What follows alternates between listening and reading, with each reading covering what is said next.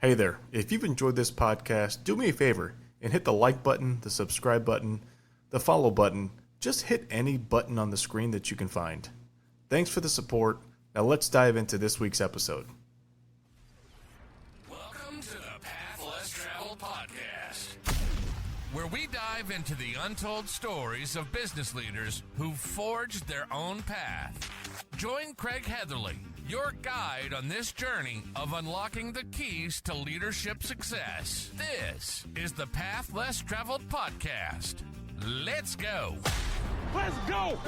Let's go. Go. Go.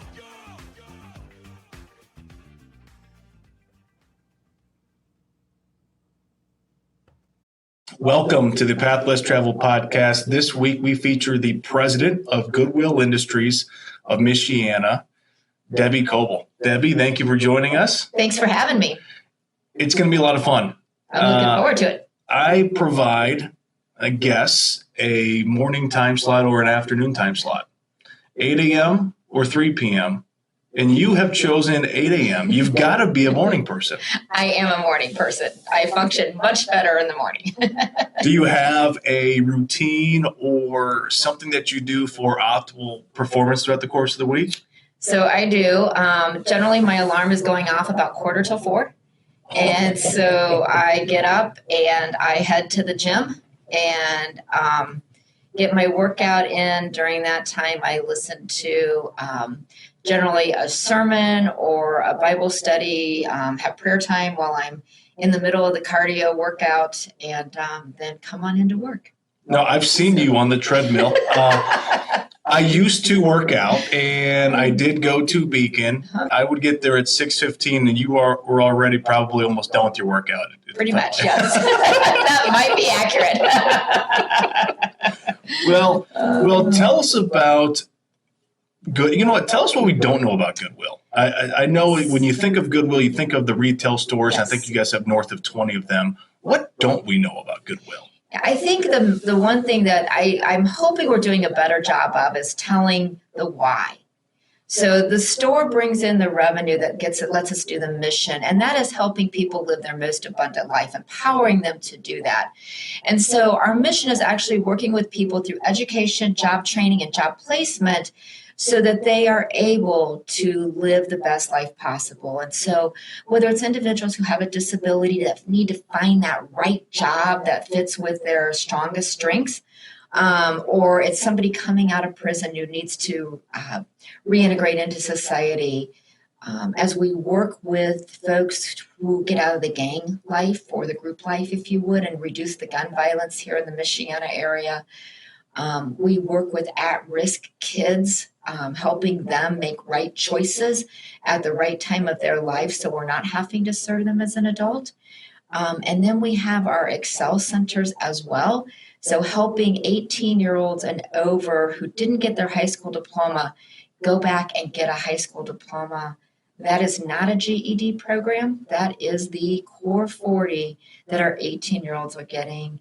And now we are doing hard skills training through our career and technical education. So everything anybody needs to help get to that abundant life. And what's been happening here as of late with Goodwill, and what's maybe on the horizon? Sure.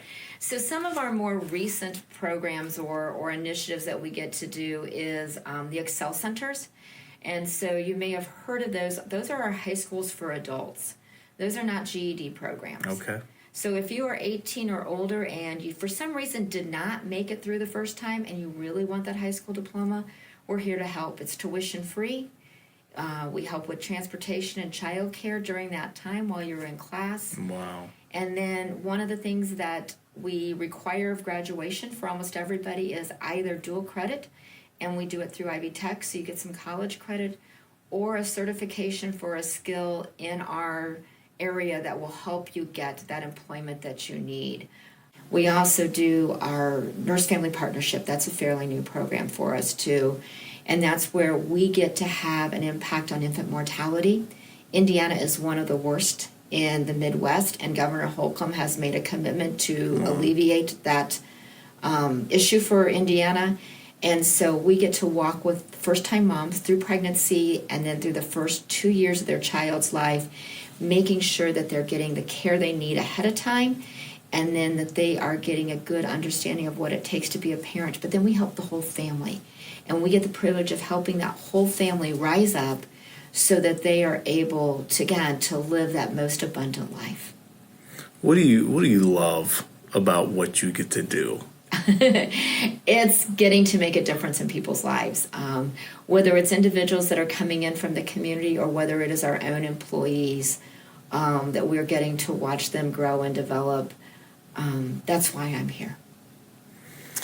Well, tell us about your leadership journey. It's a unique one. It's not unique within Goodwill. Okay. How many people do you know who have been at the same place for 34 years? It's becoming less and less. It is. And so I actually started as a store manager, anticipated a 1-year journey, and then I was going to be off and doing other things. And within that first year, I got introduced to the mission of Goodwill, and went from the retail side to the mission side, and had the great journey of just growing and developing in that, serving as 17 years as the vice president for the mission, and then now sitting in this seat for going on 11 years as the president and CEO.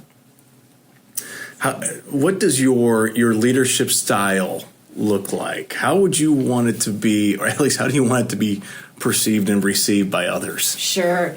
I think the biggest thing that I want is for people to know that I care about them and I want the very best for them. Sometimes that's tough love, right? Sometimes it's having those hard conversations. It is celebrating the little wins. It's celebrating the big wins. And I hope that that's what people would say, is that they know that I care about them and I want the very best for them. Who comes to mind as somebody that just believed in you? So there's a lot. I've been blessed. There's a lot of people. Of course, I have my husband who is so very supportive, and my kids, and my parents who always taught me the work ethic and to never stop trying, right?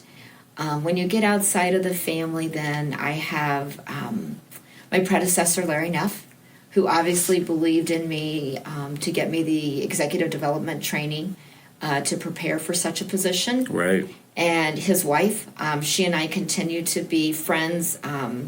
Even though he's passed away, she remains somebody who constantly believes in me and the mission of Goodwill and supports me. And then a board member who recently retired comes to mind, Rolla Baumgartner. I can always count on him. He would always tell me what I needed to hear. And then I'm very blessed with a board that's very supportive. So, and they are always my champions. So. Well, you just mentioned somebody shared something that you needed to hear. And hard, difficult conversations, they're hard and they're difficult. That's the name. How do you prepare for them or have them? I guess, what's your approach? Because you're leading a team of how many work here at Goodwill? We've about 1,200 to 1,250. 1,200. So, yeah. So what does that look like for you as far as having those conversations? Yeah, I would like to tell you I do it well. I was recently told by somebody I don't do it well. It was one of those tough love moments that was said in love, but it was a very honest one. And it is not my strength. So I do a lot of prepping. I'm prayerful about it. I do a lot of rehearsing in my mind. And I try to make sure I have all the facts before I have those conversations so I don't jump to a conclusion that isn't accurate. Okay, so then you're a preparer. For that, yes. What Yes. in life in general would you say you're a preparer? No. No? Okay. There's many times I'm happy flying the plane nice. as it's building. And then there's sometimes I want it locked down and inspected 3 or 4 times before I'm willing to take off. So just depends upon the situation and the risk factor of not being prepared. So. Yeah. Well, if you're flying a plane and it's being built on the way, there's going to be some challenges, I'm sure. Yes. Do you have a favorite challenge or a favorite failure of your time as a leader? So I think, well, as a leader, I think that's one of the things we talk about, and I share my journey here at Goodwill. And one of the things I realized is I don't talk about as much about those things that didn't go the way I wanted them to go. And I realized that's just as important as how I got here and the successes. And so, there were a couple times that when we lost a senior staff member, and I went to Larry and I said, hey, I would like to take over this. And I would like to do this along with the mission work. And it was a no. And that was a little hard to take. Right. But you know what I realized at the end, it was a good thing, because it allowed me to build the strength on what I was doing at the moment. And then those times came. I started adding bits and pieces. And so by the time he retired and by the time the board did the search, I had taken on a lot more than I realized, but it was very slow. And so it wasn't as big of a change as I thought it was going to be the first day I sat behind that desk. It was a change, don't get me wrong. But because of the no's and then because of the slow and steady advances, it was easier. Wow. What specific failure do you have? One that beyond that you would share with a younger person, somebody that's seeking leadership for the first time, or just, what advice would you give a younger you?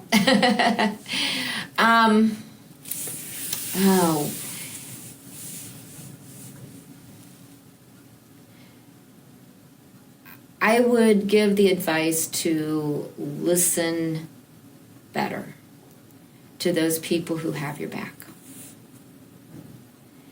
And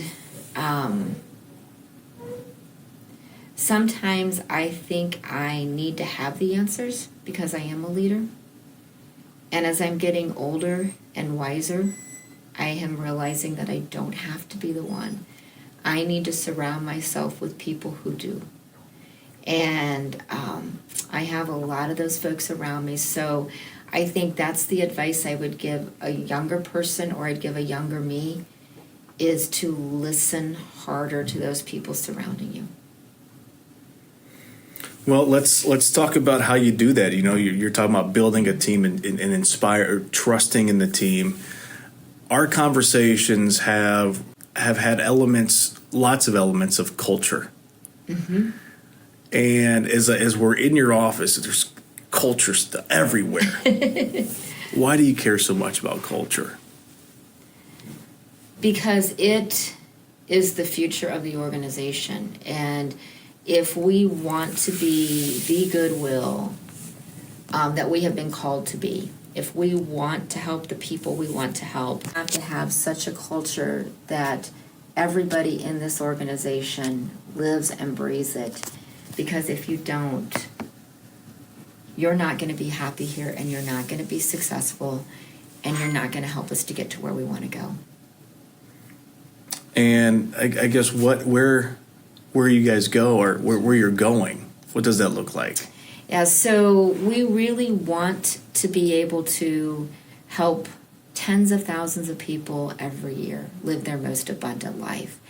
And so if I can share the core values that we have adopted, that we do live and breathe by, and the first one is relentless pursuit of excellence. It is customer first mindset, okay, humble confidence, passion for the mission, and do the right thing.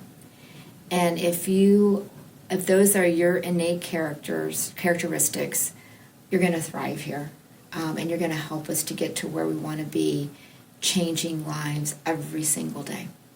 Now, have those evolved over the years as far as our values as an organization? So they have. They have. So, in fact, last May, we tweaked or modified some of our core values to land on those. Okay. And so we have adopted those as of May of last year, and we actually have them in our interviewing process. And we will have the hard conversations with people who are not living up to them. Well, it seems like you're a continuous learner as a leader. What does continuous learning look like for you? So, it takes on a lot of different arms and legs, if you so to speak, because there's no one way. I'm blessed to be part of an international organization. We are one entity within that, and so they provide us with a lot of education, a lot of training, not only on leadership topics, but also on the retail side and how to do retail better, how to do thrift better. I do read. We were, you and I were talking before this began that just finished up Great by Choice by Jim Collins, and the book How to Be a Great Boss, and learning from that as well. Listening to my peers and those that work in my inner circle in the C-suite and my executives, and also too talking to the people when I go into the stores. What's working, what's not working, how are things going, and then just continuously trying to find areas where I'm weak in and continue to grow in those.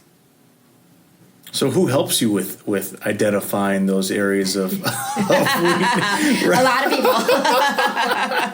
Do you have current mentors that walk alongside you in those areas, or? Yeah, so I think right now, obviously, I do have some that walk alongside of me that are willing to speak truth to me when I need to. As I was laughing about the hard conversation, that was a very recent conversation with somebody. Wow.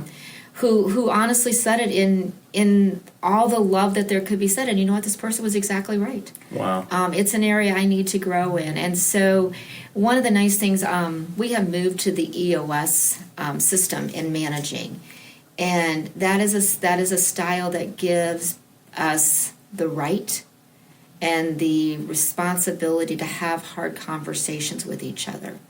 And so as the team continues to build that deep trust, we are having some of those harder conversations with each other, and so my team will call me to task. Wow. So yeah. Well, you talked about a couple books that you've read here as of late. Mm-hmm. Do you have favorite books of all time? So absolutely. Obviously, the Bible is really my go-to and the one that I read the most of. But plenty of leadership stories in that. Plenty of leaderships. It's funny because when I actually was offered the role of the president and CEO of Goodwill, I knew I could not do it alone, and I actually went out and looked for a Bible that focused in on leadership, and I found one, and so it really kind of highlights some of those things. But another one is Great by Choice. Again, just recently read that, but it is one that really talks about the discipline of leadership and the discipline of following through and not getting distracted by the shiny objects, and that's very important. So that's been a real intense read for me. And then I've been introduced recently to Patrick Lencioni's books. And there was one that we just recently read, and I cannot think of the name of it, but it was talking about two organizations and the different styles of leadership and the one that was successful. And there's been one piece out of that book that I have taken and I have just embraced and followed, and I think it's definitely a piece that we need moving forward. So, well, you talked about your morning routine. Mm-hmm. You've talked about leading a organization of 1,200, right? How do you recharge? What does that look like? Oh, I know myself well enough to know when I need to get away. And so my husband and I generally take a big vacation every year and spend some time away. And then I take a few days here and there. I'm a grandma now. And so I have two little ones that just fill me with blessings and energy, and have blessed with two more coming this year. And so my family recharges me. It is, at the end of the day, family is so very, very important. And if I didn't have them, nothing else would matter, right? This doesn't matter. And so that's really where I get my cup. And then I'm blessed to get to do what I get to do, you know? When you get to watch lives change and people make a difference, it just doesn't get any better than that. So there's multiple ways that I recharge. Yeah, you've kind of got this nice work-life blend that's going on. I really, really do. Well, what does a perfect day off look like for you? If you could design one. So if I could design one, sure. You know, I laugh and I with my husband, I say, I just want a day to do nothing. And then when he gets done laughing at me, he's like, yeah, right. You know, I think it would be just kind of going with the flow and not really doing anything. But that's not really me. So I need a little bit of structure. So, you know, I enjoy the times that he and I get away and, you know, we might go up to St. Joe for the day or whatever and just relax. I don't know that I have a perfect one. That's my challenge too, is when we don't have something on the calendar for the weekend, earlier in the week, I love it. Right. But then when we get to that day, it's what are we doing today? Right. We gotta do something. We can't just sit around. Well, how do you? I find it fascinating on how individuals that lead organizations, companies, decide on what they say yes to and what they say no to. Just how they manage that process. How do you do it? Do you have something a secret recipe? I'm learning. In fact, I can't remember what it was. Recently, I did say no to something, and I made sure everybody knew I said no to it. Because that is something that I like to have my hands in so many different things. But I think that as I'm getting older and wiser, I'm learning that there are certain things I do need to walk away from, and so I need to think about where is the most useful. Where's my time best spent? Mm-hmm. And so there was a call on Friday that I just I said yes to something because it's very important, and it's going to help advance Goodwill, and so more importantly, it's going to help people get to where they want to go. And yet there is something else that's in the work that I'm in the process of saying no to because it's not where most of my time should be being spent. And so I have to be very intentional about it because I want to be involved in everything. Yeah. I think one of the most challenging things for people that are always pursuing what's next in growth and this continuous development and learning is reflection. Mm-hmm. And if you were to think of something that you're most proud of, whether it be a moment here at Goodwill or something in your personal life or just leadership in general, what comes to mind as something or some things that you're most proud of? I'd have to say my kids. I have two amazing kids that I'm watching them grow and be successful, and they have both married and now they are starting their families, and I'm watching them raise their kids in this very, very crazy world that we live in, and I'm watching them do it so right. And I like to think that I had a part of who they are today. Yeah. We used to tease them. Our goal was not to screw them up too bad. Right. Right. And I watch the decisions they make. I watch how they are living their lives. And I just couldn't be prouder of them. Well, a couple final questions, a few quick ones. Mm-hmm. All right, some fun questions here. What's a purchase of $100 or less, or around there, that you've made in recent time that's had a impact on you? It could be at home or here. Anything come to mind? Oh my goodness.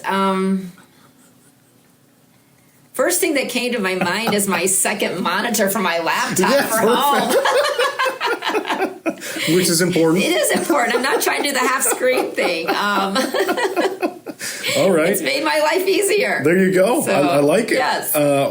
What's been one of the best or most worthwhile investments you've ever made? Money, time, or your energy? Yeah. I would have to say my time with God, because again, I'm a faith person. It's very important to me, and it would look very different if that weren't my most important relationship. And if you had your own billboard and you could communicate a message, what would it be? So we will focus in on Goodwill, and it would be about the fact that we were really about changing lives, and that is the mission of Goodwill, and the retail is a means to get there to fund it. Last question for you. What's the kindest thing that somebody has done for you? They've loved me unconditionally, warts and all, and they've believed in me. Well, in closing here, what final thoughts do you have on anything you want to communicate as far as Goodwill or leadership? Yeah. I think back to when Larry interviewed me for the vice president position. And he asked me a very interesting question in that interview. And he asked me, do you lead with your head or your heart? And one of the things that I think in leadership is it has to be both. Because you have to make the tough decisions, but you can't forget the people in it. And because every decision as a leader, and I take this very seriously, every decision I make affects lives, whether it's one or whether it's 1,000. And that is not to be taken lightly. So I think as people are looking at getting in leadership, sometimes it looks glamorous. But when you take it seriously and you do it for the right reason, it is one of the hardest jobs you will ever have. It is one of the best jobs you will ever have. But you have to do it with your head and your heart. Well, thank you for joining us on the podcast. It's been great getting to know you and hearing more about your story. So thanks for having me. Well, that's it for this week's episode of the Path Less Traveled podcast with the president and CEO, Debie Coble of Goodwill Industries of Michiana. Until next week, have a great day. That's it for this week's episode of the Path Less Traveled podcast. Be sure to follow us on your favorite podcast platform. From Craig Heatherly and all of us, thank you for listening.